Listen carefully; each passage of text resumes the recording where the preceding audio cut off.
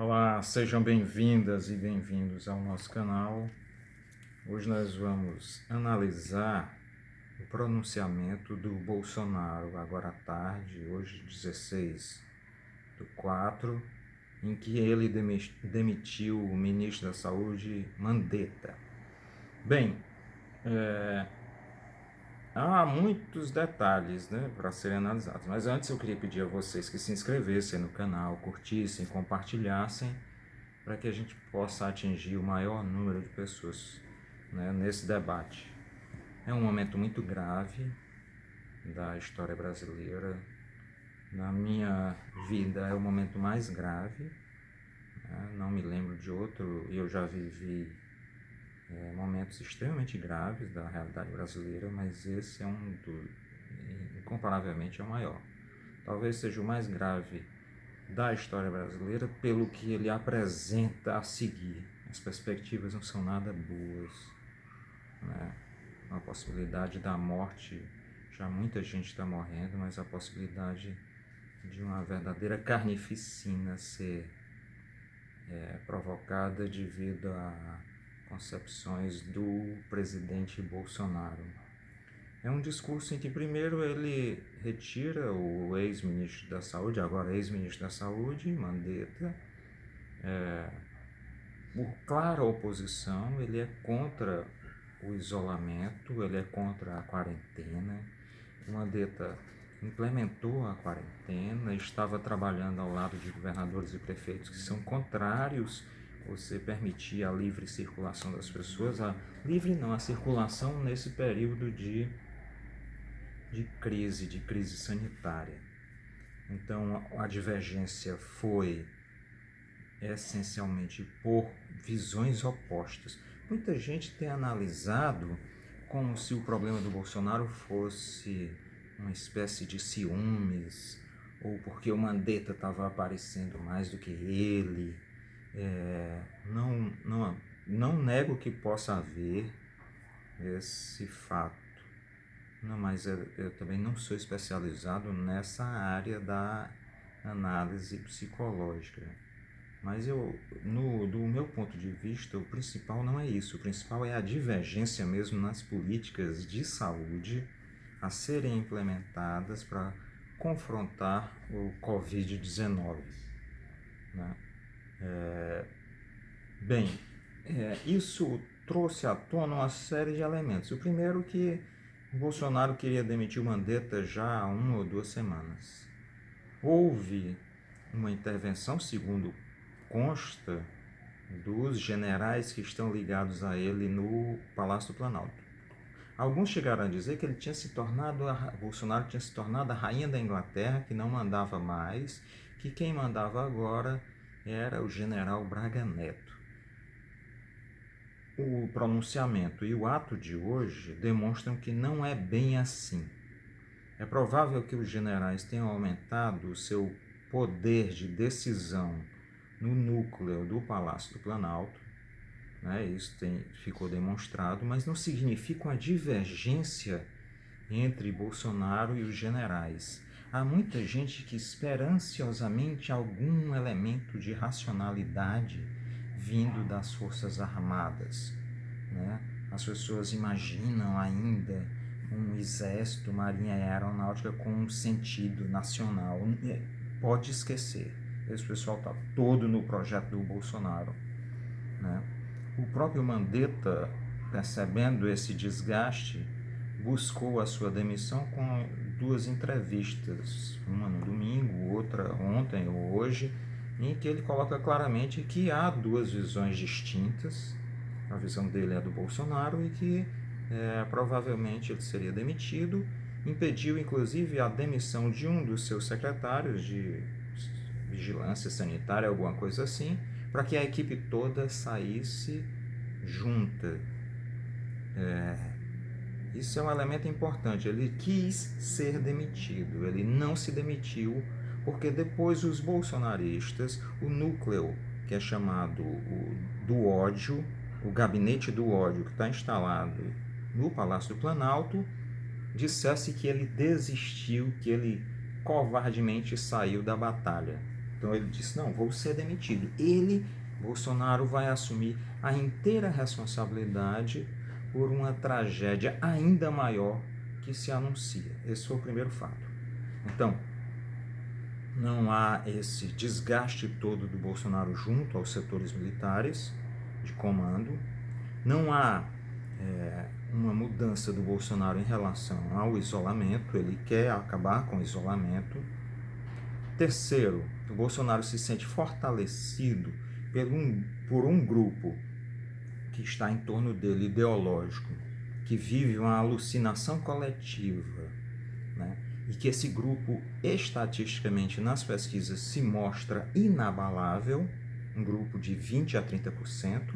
Algumas pessoas podem chegar a dizer que 20% é pouco, mas em um país de 210 milhões de pessoas não é, certo? Não são poucas pessoas, é um número grande de pessoas, é um número significativo, sem contar que nesse número significativo nós temos aproximadamente um gigantesco coletivo de policiais militares, dos polícias estaduais, não só militares, que são integralmente bolsonaristas. Então você tem aí um contingente de 500 mil pessoas armadas, defensoras incondicionais desse projeto de morte. Ao mesmo tempo você tem mais ou menos uns 400 e poucos mil, não sei se é 420, 480 membros das Forças Armadas, dos baixos escalões até os mais altos, que são absolutamente bolsonaristas. Então você tem 1 milhão de pessoas em organizações policiais e militares que defendem Bolsonaro integralmente. Então, dentro desses 20%, há um núcleo muito significativo que controla o poder hoje, num governo militar. A gente não pode imaginar que governos militares e ditatoriais, autoritários, não são estabelecidos por eleições. São também estabelecidos por eleições, a história mostra. O caso atual da Hungria é típico, né, onde Viktor Orbán instalou um governo autoritário, mesmo tendo sido eleito. Hoje mesmo, o presidente Donald Trump cogitou a possibilidade de suspender Senado e Câmara dos Deputados nos Estados Unidos, né? Então, governos autoritários explodem por toda parte do mundo. E aqui no Brasil, o projeto do Bolsonaro tem sido esse, o projeto de constituir um regime autoritário, assassino e eliminando o Congresso, Câmara dos Deputados e Senado, e eliminando o Supremo Tribunal Federal. A parte importante do pronunciamento dele hoje na televisão foi de ameaça ao judiciário. Ele dedicou uma parte a analisar que os poderes são independentes. Ele disse que o executivo é independente, ele precisa haver respeito entre os poderes, até porque eles se referem a uma decisão tomada ontem pelo Supremo Tribunal Federal, ontem ou antes de ontem, que impediu que os governadores fossem proibidos de adotar as medidas sanitárias de confinamento e de quarentena. Então, o Supremo Tribunal Federal deixou essa possibilidade de que governos e prefeituras pudessem tomar suas próprias medidas de proteção. Então, ele hoje se dirigiu ao judiciário para dizer que ele vai tomar medidas para eliminar o isolamento, né, para eliminar a quarentena, e que o judiciário não deve se meter com isso. Então, foi claramente uma ameaça ainda que velada, mas muito nítida nessa ideia da separação dos poderes. Ou, como quem diz, cada poder faz o que der na sua telha. Outro aspecto importante é que ele ameaçou, aí logo em seguida ele ameaça governadores e prefeitos, se coloca contra eles, diz que a culpa será deles por um colapso econômico e se coloca em confronto contra esses governadores e prefeitos que tentam salvar o maior número de vidas possível, né? Com as suas medidas sanitárias e a tentativa de barrar o crescimento da curva de propagação do Covid-19. Então é uma guerra contra governadores e prefeitos, ele ameaça o judiciário para que não seja impedido nessa guerra e vai nos levar a uma tragédia, né? Então, hoje nós observamos um discurso ainda mais tétrico, ainda mais cruel, ainda mais trágico do que foi aquele famoso primeiro discurso dele, em que ele chamou de gripezinha, o Covid-19. Hoje ele estava ainda mais perigoso. Ele conta com o apoio das Forças Armadas, ele inclusive chamou de as minhas Forças Armadas, né? Ele, na verdade, estava se colocando ao lado de uma pessoa que foi presa porque estava descumprindo a quarentena numa praça no interior de São Paulo. Uma pessoa totalmente envolvida na visão bolsonarista, chamando a Guarda Municipal e as pessoas que a conduziram de comunistas, né? Mas uma pessoa que sem formação, sem cultura nenhuma, sem compreensão histórica, sem nenhuma, né, mas absolutamente dentro do espírito bolsonarista. Ao mesmo tempo, uma série de igrejas evangélicas deu apoio a ele nos últimos dias na ideia desse confronto. Mas qual é o objetivo principal do Bolsonaro? Aí a gente só pode especular. E a minha especulação tem sido a de que o Bolsonaro realmente quer o caos, porque basta ver, há um artigo muito interessante num jornal aqui de Fortaleza hoje, em que uma pessoa mostra o dia em que morreram mais de 1.000 pessoas em Fortaleza numa crise de varíola em 1877 e 78. Em um único dia, numa cidade pequena, no século XIX, morreram mais de 1.000 pessoas. E naquela época, tudo parou, né?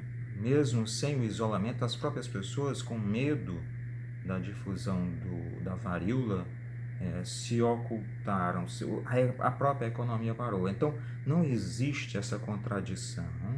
Então, vamos manter a economia funcionando. Se o nível de contágio e de mortalidade se elevar, como a gente vê já no Equador, a economia também vai parar, né? Então, nós temos que ver que qual é o objetivo de Bolsonaro. Talvez seja mesmo estabelecer esse caos que virá adiante.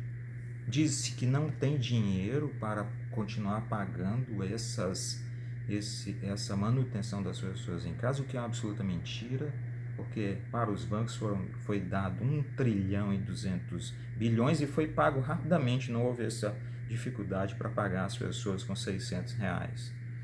Então, o governo tem recursos, na verdade, o governo inclusive tem reservas cambiais em dólares que deveriam ser pegas. Imagine 10 bilhões de dólares retiradas das reservas cambiais brasileiras, e o Brasil vai e compra respiradores, equipamentos de proteção individual, máscaras, né? e remédios, e traz e monta um enorme mecanismo de recuperação das pessoas. Quantas pessoas não seriam salvas? Quantas pessoas das suas famílias, da minha família, não seriam salvas se você pegasse 10 bilhões de dólares de 240 que estão no Banco Central e que só serve ao interesse dos banqueiros e às negociatas com os banqueiros, né, que jogam com o dólar, com a subida do dólar, né, nas suas especulações. Então, o objetivo do Bolsonaro é estabelecer o caos, é provável que seja isso, e aí o estabelecimento do caos paralisa a economia brasileira, e ao paralisar a economia brasileira, um objetivo que não foi construído aqui, mas foi construído nos Estados Unidos é atingido. Qual é o objetivo? Você para as exportações de soja, de petróleo, que é o segundo maior nível de exportações já do Brasil, de carne e de minério de ferro para a China. Então, o confronto entre Estados Unidos e China, que é hoje o grande confronto desenvolvido pelo governo dos Estados Unidos com uma animosidade intensa, né? Pois bem, a animosidade dos Estados Unidos para com a China é imensa, nos levando a momentos perigosos no mundo. E um dos objetivos do Mike Pompeo, a pessoa que hoje é mais poderosa, inclusive, do que Donald Trump no governo dos Estados Unidos, porque é quem controla o setor do chamado Estado Profundo, do Pentágono, da CIA, né? Esse grupo quer impedir que a China ultrapasse os Estados Unidos na economia, na tecnologia, né? Na interligação entre países. E aí há um mecanismo com que eles podem conseguir isso sem entrar em guerra diretamente com a China. E o mecanismo é o quê? Sabotar o fornecimento de matérias-primas que a China precisa, bloqueando a América do Sul nesse fornecimento. A Argentina é fundamental no fornecimento de soja e petróleo e gás para a China. O Brasil é fundamental, como eu já disse, em farelo de soja. Eu vi um dado, 48% do farelo de soja do Brasil é exportado para a China. Eu vi um dado de que 70% de toda a soja que a China consome vem do Brasil. Sem soja você não alimenta o gado, uma série de alimentos não é feita, então é um elemento central. O segundo maior produto de exportação do Brasil para a China já é óleo cru, petróleo.